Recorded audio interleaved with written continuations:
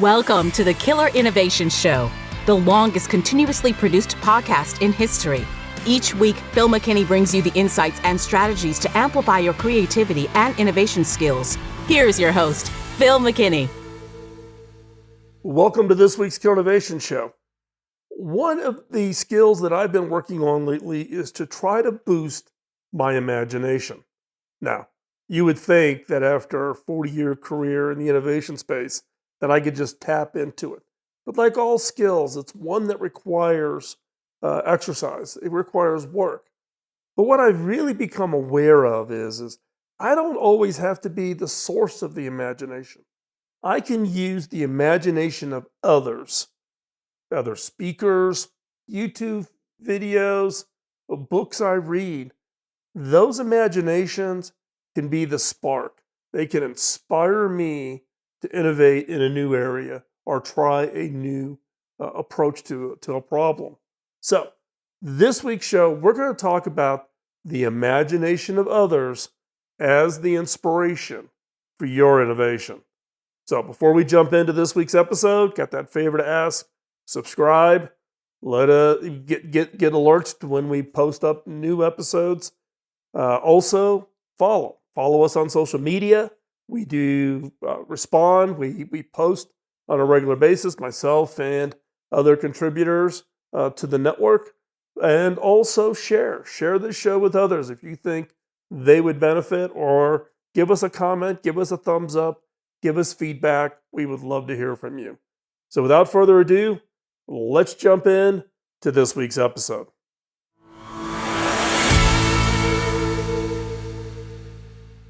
The statement, "What is now proved and commonplace was once just imagined," is a powerful statement. It speaks to the idea that anything is possible if we put our minds to it. And it's true. Many things that we now take for granted were once just ideas or dreams. For example, consider the internet. It's hard to imagine our world without it now. But it was once just a concept that people talked about in science fiction novels. Or consider the airplane. That too was once just an idea, and people laughed at the idea of flying through the air. So what does this mean for us? Some would say that if we can imagine something, then we can make it happen. The question I want to dig in on is the idea of the imagination of others inspiring our innovation. Do we ever truly have ideas that are not inspired by others? It seems that every idea we have is in some way influenced or inspired by something or someone else. We take in information from the world around us and process it in our own minds to come up with new ideas. But where do these ideas come from? And are they truly original? It's an interesting question to ponder, and it's one that doesn't really have a clear answer. But I think it's important to consider because it shows just how interconnected we all are. We may not realize it, but we are constantly being influenced by people and things around us. And in turn, we influence others with our ideas. What is inspiration? When most people think of the word inspiration, they probably think of artists or musicians. Someone who's inspired is someone who's filled with ideas and creativity and who's able to bring those ideas to life. But inspiration can come from anywhere. It can come from a painting, a song, a movie, or even just a conversation. Anything that touches our hearts or minds can spark inspiration in some way. And that's what makes it so special. Inspiration is personal and unique to each of us. What inspires one person may not inspire another person at all. So what exactly is inspiration? I like to think of it as the light bulb moment. It's that moment when an idea pops into your head and you suddenly see the things in a new way. You have the power to change things, to create something new and amazing. For me, inspiration is about the possibility. It's about seeing the potential in everything and believing that anything is possible. When I'm inspired, I feel like I can do anything. And that feeling is incredibly empowering.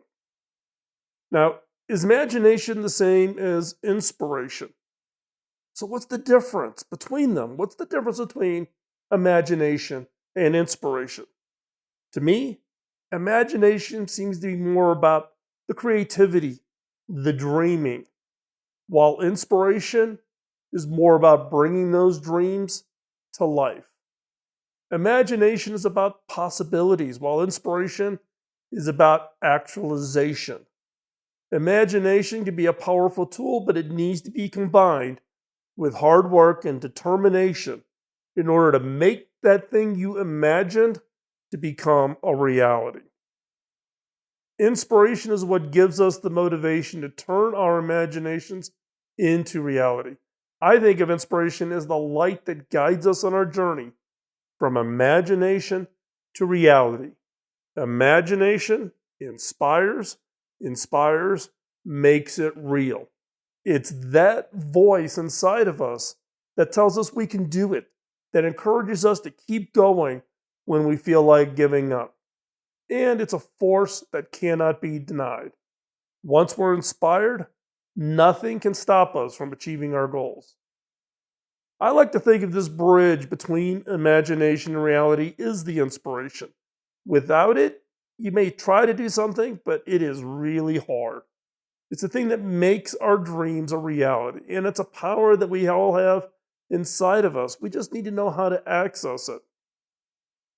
The topic today is the imagination of others as inspiration. Our world is constantly changing and evolving, and much of that change is due to the innovation of today's generation. But where did those innovations come from? Many of them come from the imagination of others. The imagination of others has been an inspiration for centuries. It's what has led to the creation of new technologies, medicines, and even entire civilizations. And it's a power that we all have access to. We just need to learn how to tap into it. The people who've inspired me most are the ones who never gave up on their dreams. Even when things were tough, they were the ones who refused to let their imagination die. And their passion and determination were infectious. They encouraged me to keep going on no matter what.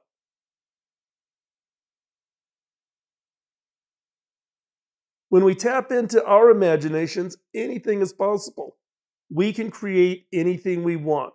It is only limited by what we can imagine.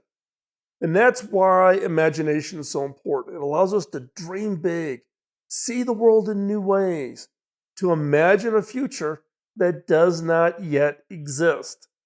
One of the key sources for me in my imagination is science fiction writing.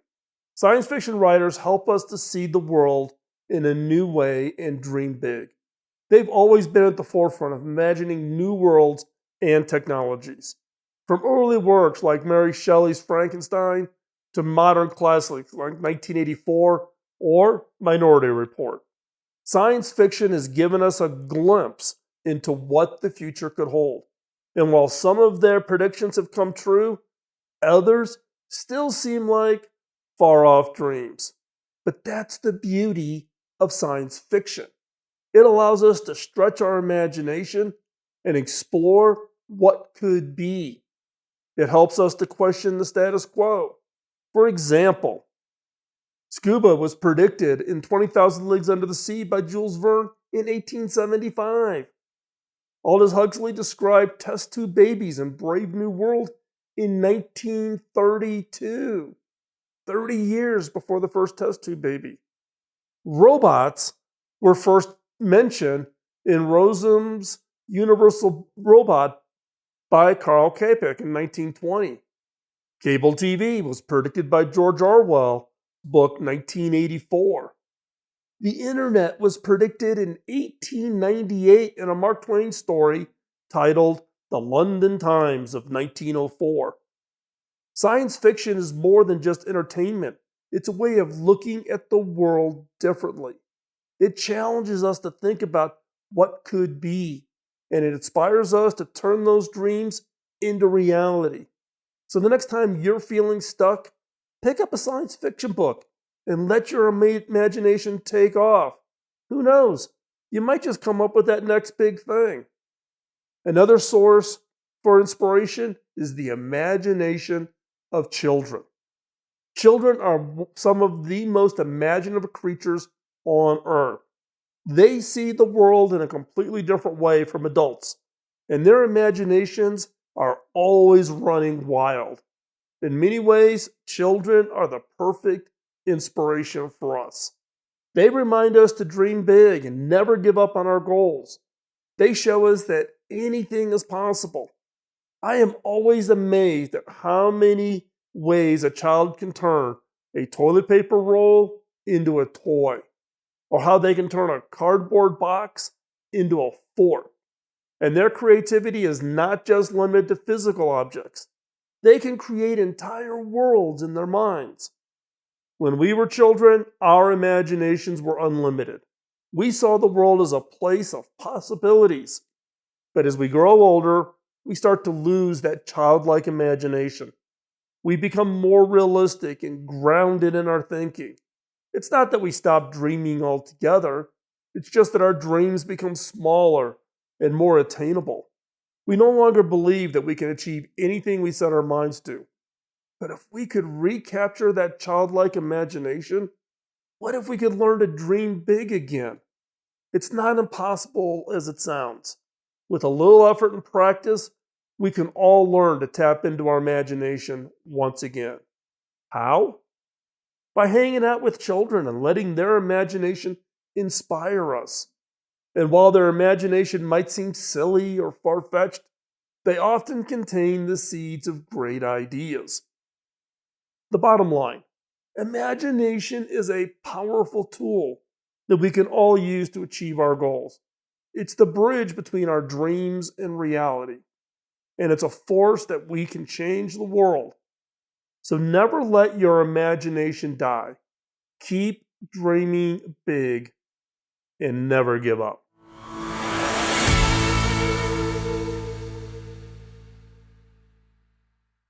So what is inspiring you today? What imagination, what idea, concept from somebody else is inspiring you on the innovations that you're working on? I'd love to hear.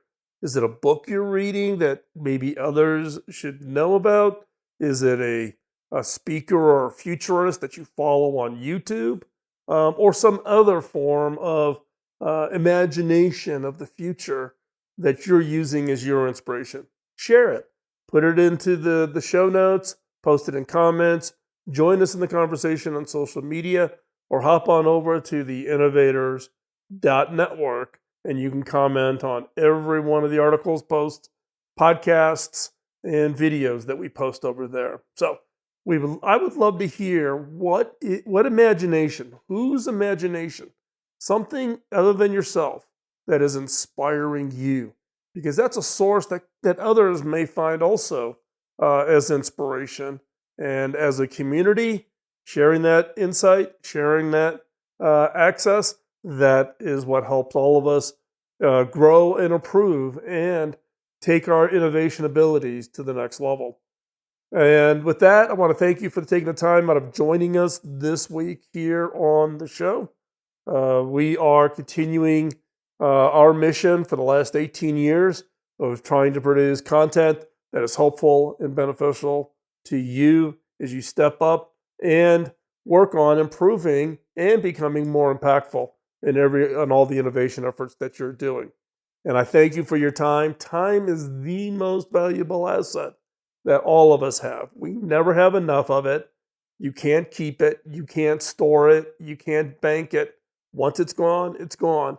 And you've chosen to spend your time with us. I greatly appreciate that. And so with that, go out there this week. Take that idea that you're working on, that thing that maybe you have written in your idea notebook, or you have it on a whiteboard next to your desk. That thing that you just, has got you constantly thinking about it. Take that idea, take it to the next step. Even if that next step is just spending 15 minutes and flushing that idea out on your lunch hour. Take a piece of paper, note card with you to lunch, and just scribble. Build on those ideas. If you spend 15 minutes a day, every day, just working on that idea, within a year, you've taken that idea and moved it forward, and who knows, you may have changed the world. Don't give up. I have confidence in you. Your ideas are with all of that's out there. Keep working on it. Let's all change the world. Let's make the world a better place. We'll talk to you next week. Bye-bye. Podcasting nonstop since 2005, this has been the Killer Innovation Show on the Innovators Network.